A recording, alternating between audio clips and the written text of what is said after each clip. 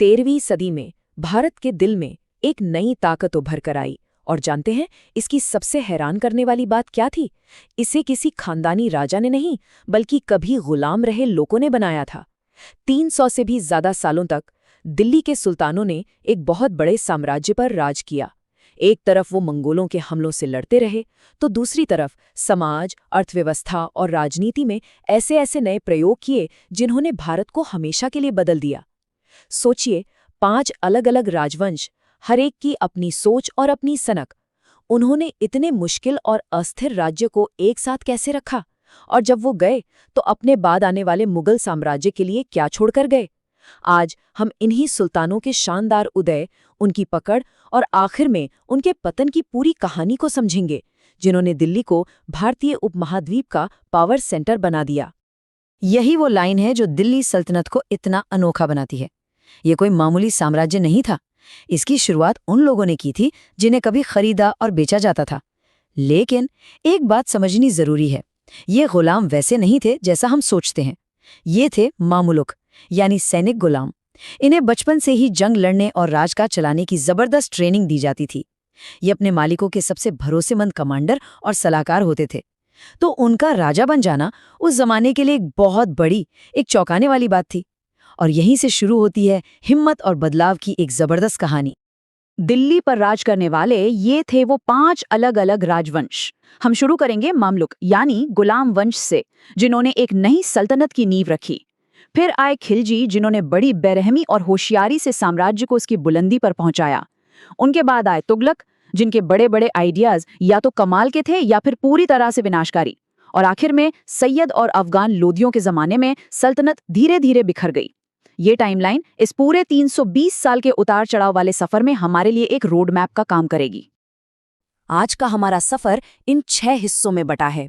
हम देखेंगे कि कैसे गुलाम शासक बने, खिलजियों ने कैसे खेल ही बदल दिया, तुगलकों के बड़े बड़े एक्सपेरिमेंट कैसे नाकाम हुए, तैमूर के हमले ने सल्तनत को कैसे तोड़ दिया, और आखिर में लोदियों का अंत और सल्तनत की वो विरासत जो आज भी जिंदा है, उस पर नजर डालेंगे। तो चलिए कहानी की एकदम शुरुआत से शुरू करते हैं। ये सब शुरू हुआ मोहम्मद गौरी के तुर्क गुलाम जनरलों से। ये उसके सबसे काबिल और वफादार कमांडर थे। 1206 में जब गौरी को अचानक मार दिया गया तो कोई सीधा वारिस था ही नहीं। इसी पावर वैक्यूम में उसके इन्हीं गुलामों ने भारत में उसके जीते हुए इलाकों को आपस में बांट लिया और दिल्ली को सेंटर बनाकर उत्तर भारत में एक नई ताकत की नींव रखी। पहले सुल्तान थे कुतुबुद्दीन ऐबक, जो मोहम्मद गौरी के गुलाम थे। उन्होंने ही दिल्ली सल्तनत की बुनियाद रखी। अब एक नया राज बनाना है तो जमीन पर अपनी पकड़ मजबूत करनी होगी, स्थानीय सरदारों का दिल जीतना होगा। इसीलिए वो अपनी दरियादिली के लिए मशहूर हुए और उन्हें लाख बख्श यानी लाखों का दान देने वाला कहा जाने लगा। उन्होंने दिल्ली में इस्लाम की ताकत के सिंबल के तौर पर कुतुब मीनार बनवाना शुरू किया, जो आज दिल्ली की पहचान है। हालांकि वो अपना ये बड़ा सपना पूरा नहीं कर पाए। सल्तनत को एक असली एडमिनिस्ट्रेटिव ढांचा देने का काम ऐबक के दामाद इल्तुतमिश ने किया, और उनका सबसे बड़ा आइडिया था इक्ता सिस्टम। जरा सोचिए, इतने बड़े साम्राज्य को कंट्रोल कैसे किया जाए जब कम्युनिकेशन धीमा हो और खजाना भी लिमिटेड हो? तो इल्तुतमिश ने हल निकाला। अपने अफसरों को कैश सैलरी देने के बजाय उन्हें जमीन के टुकड़े यानी इक्ता दे दो। इक्तादार उस जमीन से टैक्स वसूलते, उसी पैसे से अपनी सेना रखते और लोकल एडमिनिस्ट्रेशन चलाते।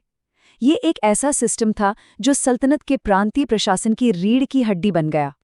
इल्तुतमिश को ही सल्तनत का असली संस्थापक कहा जाता है।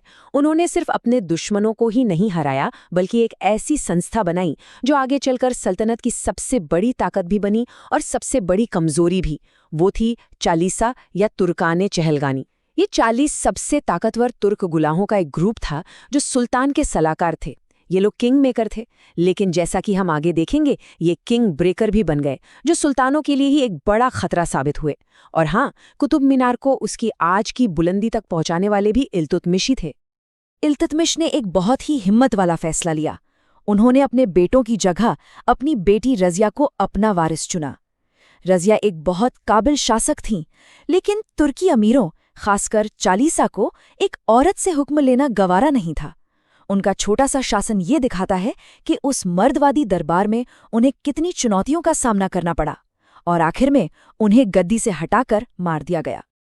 रजिया के बाद कुछ समय की उथल-पुथल के बाद गयासुद्दीन बलबन सत्ता में आए। वो खुद चालीसा के मेंबर थे और उनकी ताकत और साजिशों को अंदर से जानते थे।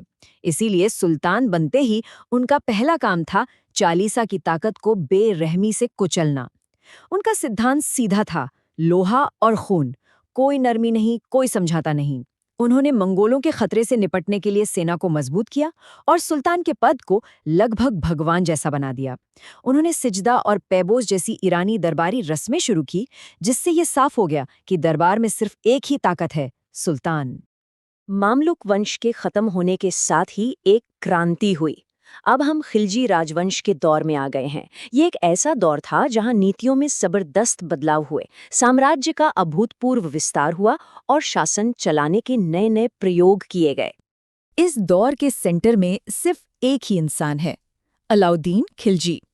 वो बहुत ज्यादा महत्वाकांक्षी था और सत्ता के लिए कुछ भी कर सकता था, यहाँ तक कि अपने ही चाचा और ससुर सुल्तान जलालुद्दीन की हत्या भी। लेकिन वो एक कमाल का मिलिट्री स्ट्रैटेजिस्ट और एक दूर की सोचने वाला एडमिनिस्ट्रेटर भी था, जिसने सल्तनत की शक्ल ही बदल दी। अलाउद्दीन के सबसे क्रांतिकारी कामों में से एक था उसका मार्केट कंट्रोल। लेकिन सवाल ये है कि उसने ऐसा किया क्यों? जवाब है मंगोल। उसे मंगोलों से लड़ने के लिए एक बहुत बड़ी स्थायी सेना चाहिए थी, लेकिन वो सैनिकों को इतनी सैलरी नहीं दे सकता था कि खजाना खाली हो जाए। तो उसने प्रॉब्लम को दूसरी तरफ से पकड़ा। अगर मैं सैलरी नहीं बढ़ा सकता तो मैं हर चीज की कीमत कम कर दूंगा। इसलिए उसने अनाज से लेकर घोड़ों और गुलामों तक हर चीज की कीमतें फिक्स कर दी। उसने दिल्ली में शहनाए मंडी नाम के खास बाजार बनाए, व्यापारियों को रजिस्टर किया और नियमों को लागू करने के लिए एक खूंखार जासूसी नेटवर्क तैयार किया। ये उस जमाने के लिए एक बहुत बड़ा आर्थिक प्रयोग था। एक बड़ी सेना को बनाए रखने के लिए सिर्फ पैसा ही नहीं, अनुशासन भी चाहिए। अलाउद्दीन ने करप्शन रोकने के लिए दाग और हुलिया सिस्टम शुरू किया।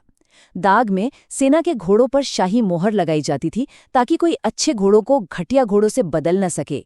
हुलिया में हर सैनिक का पूरा ब्यौरा लिखा जाता था ताकि कोई सैनिक अपनी जगह किसी और को जंग में न भेज दे। और इन सभी सुधारों का नतीजा क्या हुआ? लगभग 4 लाख घुड़सवारों की एक विशाल स्थायी सेना। ये उस समय की दुनिया की सबसे ताकतवर सेनाओं में से एक थी। ये वो ताकत थी जिसने दिल्ली को मंगोलों के लिए एक ऐसा किला बना दिया जिसे वो कभी जीत नहीं पाए। जहां मंगोलों ने मध्य एशिया, रूस और चीन में तबाही मचा दी थी, वो भारत में घुस नहीं सके और इसका क्रेडिट अलाउद्दीन की इसी सेना को जाता है। इसी सेना के दम पर उसने अपने साम्राज्य को दक्षिण भारत की दौलत तक फैलाया। दक्षिण भारत को जीतने का क्रेडिट उसके सबसे भरोसेमंद जनरल मलिक काफूर को जाता है। काफूर, जो खुद एक गुलाम था, उसने देवगिरी, वारंगल और मदुरै तक कामयाब हमले किए। इन हमलों से सल्तनत के खजाने में बेहिसाब दौलत आई और कहा जाता है कि मशहूर कोए नूर हीरा भी वारंगल से ही लूटा गया था। खिलजियों के बाद आया तुगलक वंश का दौर। ये वो वक्त था जब सल्तनत अपने सबसे बड़े आकार तक पहुंची, लेकिन यहीं से उसमें दरारें भी पड़नी शुरू हो गईं। ये बड़े बड़े प्रयोगों और भयानक नाकामियों का दौर था। मुहम्मद बिन तुगलक, जिसे अक्सर पागल बादशाह कह दिया जाता है, असल में एक बहुत पढ़ा लिखा और दूर की सोचने वाला शासक था। उसकी योजनाएं अपने समय से बहुत आगे थीं, लेकिन उन्हें लागू करने का तरीका विनाशकारी था। उसने अपनी राजधानी दिल्ली से देवगिरी यानी दौलताबाद ले जाने की कोशिश की ताकि वो अपने बड़े साम्राज्य के सेंटर में हो। आइडिया तो अच्छा था, लेकिन उसने पूरी दिल्ली की आबादी को पैदल मार्च करने का हुक्म दे दिया, जिसमें हजारों लोग मारे गए। उसने सोने चांदी की जगह तांबे की सांकेतिक मुद्रा चलाई, जैसा हम आज करते हैं, लेकिन उसने नकली सिक्के बनाने से रोकने का कोई इंतजाम नहीं किया और जल्द ही हर घर में सिक्के बनने लगे। उसकी खुरासान और कराचल की बड़ी बड़ी सैन्य योजनाएं खजाने को खाली कर गईं, लेकिन कभी शुरू ही नहीं हो पाईं। ये सारी योजनाएं सोच में तो शानदार थीं, पर हकीकत में तबाही लेकर आईं। इन नाकाम प्रयोगों का नतीजा बहुत भयानक था। सांकेतिक मुद्रा ने अर्थव्यवस्था को बर्बाद कर दिया, राजधानी बदलने की कोशिश ने लोगों को तबाह कर दिया और खजाना खाली हो गया। सल्तनत में हर तरफ बगावतें होने लगीं। इसी उथल-पुथल के बीच दक्षिण में 2 बड़े साम्राज्य उभर कर आए, विजयनगर साम्राज्य और बहमनी सल्तनत। जो साम्राज्य अपनी शिखर पर था, अब वो टूटने लगा था। मोहम्मद बिन तुगलक के बाद उसका चचेरा भाई फिरोज शाह तुगलक गद्दी पर बैठा और ये शासन में एक बहुत बड़ा बदलाव था। जहां MBT एक क्रांतिकारी था, वहीं फिरोज शाह एक रूढ़िवादी और लोगों का भला सोचने वाला शासक था। उसने नहरें बनवाईं, मुफ्त अस्पताल खोले और क्रूर सजाओं पर रोक लगा दी। लेकिन साथ ही वो धार्मिक रूप से ज्यादा कट्टर था। उसने शरीयत को सख्ती से लागू किया और उसने एक और काम किया जो बाद में खतरनाक साबित हुआ। उसने अपनी वफादारी के लिए लगभग 1,80,000 गुलामों की एक बड़ी फौज बनाई। उसकी मौत के बाद यही गुलाम आपस में सत्ता के लिए लड़ने लगे, जिससे सल्तनत और भी ज्यादा अस्थिर हो गई। तुगलक वंश पहले से ही अंदरूनी लड़ाई से कमजोर था, लेकिन सल्तनत के ताबूत में आखिरी कील मध्य एशिया से आए एक भयानक हमले ने ठोकी। यह सल्तनत के इतिहास का एक ऐसा मोड़ था जहां से वापसी नामुमकिन थी। ये शब्द मध्य एशियाई शासक तैमूर या तैमूर लंग की क्रूरता को दिखाते हैं, जो खुद को चंगेज खान का वंशज मानता था। वो अपनी बर्बरता के लिए पूरे एशिया में बदनाम था। वो जहां भी जाता था इंसानी खोपड़ियों के पिरामिड बनाने के लिए जाना जाता था। 1398 में उसने एक कमजोर और आपस में बटी हुई दिल्ली पर हमला किया। उसका मकसद यहाँ राज करना नहीं था, बल्कि सिर्फ भारत की बेहिसाब दौलत को लूटना था। तैमूर के हमले का पैमाना सोच से भी परे था। कहा जाता है कि कुछ ही दिनों में दिल्ली में 1 लाख से ज्यादा लोगों को मार डाला गया। शहर को पूरी तरह से लूट लिया गया और आग लगा दी गई। इतिहासकार लिखते हैं कि महीनों तक दिल्ली में कोई परिंदा भी पर नहीं मारता था। इस एक घटना ने तुगलक वंश और दिल्ली सल्तनत की सेंट्रल अथॉरिटी को हमेशा के लिए खत्म कर दिया। दिल्ली को अपनी पुरानी शान वापस पाने में करीब 100 साल लग गए। तैमूर के जाने के बाद सल्तनत बिखर चुकी थी। अब हम कहानी के आखिरी दौर में हैं, जहां सल्तनत का पतन हो रहा है और मुगलों के आने से पहले उसे फिर से खड़ा करने की आखिरी कोशिश की जा रही है। ये चार्ट सल्तनत के पतन को साफ साफ दिखाता है। तैमूर के बाद सैयद राजवंश ने राज किया, लेकिन उनका कंट्रोल सिर्फ दिल्ली और आसपास के कुछ इलाकों तक ही सिमट कर रह गया था। उनके बाद अफगान लोधियों ने सत्ता संभाली और उत्तर भारत के कुछ हिस्सों पर फिर से कब्जा करने में कामयाब रहे, लेकिन वो तुगलकों के विशाल साम्राज्य को कभी वापस हासिल नहीं कर पाए। लोधियों का राज करने का तरीका पहले के तुर्की सुल्तानों से बिल्कुल अलग था। तुर्की सुल्तान खुद को सबसे ऊपर मानते थे, जिनका हुक्म ही कानून था। लेकिन लोधी खुद को बराबर वालों में पहला मानते थे। वो अपने अफगान सरदारों के साथ एक ही कालीन पर बैठते थे और उनके साथ मिलकर फैसले लेते थे। बहलोल लोदी ने इसी तरह राजवंश की नींव रखी। उसके बेटे सिकंदर लोदी ने एडमिनिस्ट्रेशन को सेंट्रलाइज करने की कोशिश की और राजधानी को दिल्ली से आगरा ले गया। लेकिन अफगान सरदारों की आज़ादी की भावना और सत्ता की लालसा हमेशा अस्थिरता की वजह बनी रही। लोधी सल्तनत अंदरूनी बगावत और साजिशों से जूझ रही थी। आखिरी सुल्तान इब्राहिम लोधी अपने ही सरदारों में अनपॉपुलर था और उत्तर पश्चिम में एक नया विजेता भारत पर अपनी नजरें गड़ाए हुए था। सवाल ये था कि क्या ये कमजोर हो चुकी सल्तनत एक और बड़े हमले का सामना कर पाएगी? और फिर हुआ 1526 में पानीपत का पहला युद्ध। एक तरफ इब्राहिम लोधी की बहुत बड़ी पारंपरिक सेना थी और दूसरी तरफ मध्य एशिया से आए तैमूर के वंशज बाबर की छोटी लेकिन मॉडर्न सेना। बाबर के पास तोपें और बंदूकें थीं, जो भारतीय जंग के मैदान में बिल्कुल नई थीं। उसकी बेहतर मिलिट्री टेक्नोलॉजी और रणनीति ने लोधी की विशाल सेना को हरा दिया। पानीपत के मैदान में इब्राहिम लोधी की हार और मौत के साथ ही 320 साल पुरानी दिल्ली सल्तनत का अंत हो गया। एक युग खत्म हुआ और भारत में एक नए और भी ज्यादा शक्तिशाली साम्राज्य मुगल साम्राज्य की शुरुआत हुई। तो क्या सल्तनत का खत्म होना बस एक और राजवंश का अंत था? नहीं, बिल्कुल नहीं। अब हम इस विश्लेषण के आखिरी हिस्से में हैं, ये जानने के लिए कि सल्तनत अपने पीछे क्या छोड़कर गई और उसने इस उपमहाद्वीप पर क्या स्थायी असर डाला। सल्तनत ने भारत पर एक बहुत गहरी और स्थायी छाप छोड़ी। उनके आर्किटेक्चर को देखिए। उन्होंने मेहराब और गुंबद जैसे इस्लामिक स्टाइल को भारतीय डिज़ाइन और तकनीकों के साथ मिलाकर एक नया इंडो इस्लामिक स्टाइल बनाया, जिसके सबसे बेहतरीन उदाहरण कुतुब मीनार और अलाई दरवाज़ा हैं। भाषा के मामले में फारसी और यहाँ की खड़ी बोली के मिलने से हिंदवी का जन्म हुआ, जो बाद में हिंदुस्तानी और फिर आज की हिंदी और उर्दू बनी। सूफी और भक्ति आंदोलनों ने इस्लाम और हिंदू धर्म के बीच एक आध्यात्मिक पुल बनाया, जिससे एक मिलीजुली संस्कृति पैदा हुई। और ये मत भूलिए कि उन्होंने भारत को मंगोलों की तबाही से बचाया। और आखिर में उनके एडमिनिस्ट्रेटिव सिस्टम जैसे कि इक्ता मुगलों के लिए एक तैयार ब्लूप्रिंट बन गए, जिसे उन्होंने और बेहतर बनाया। ये चार्ट दिखाता है कि उनकी विरासत कितनी तरह की थी।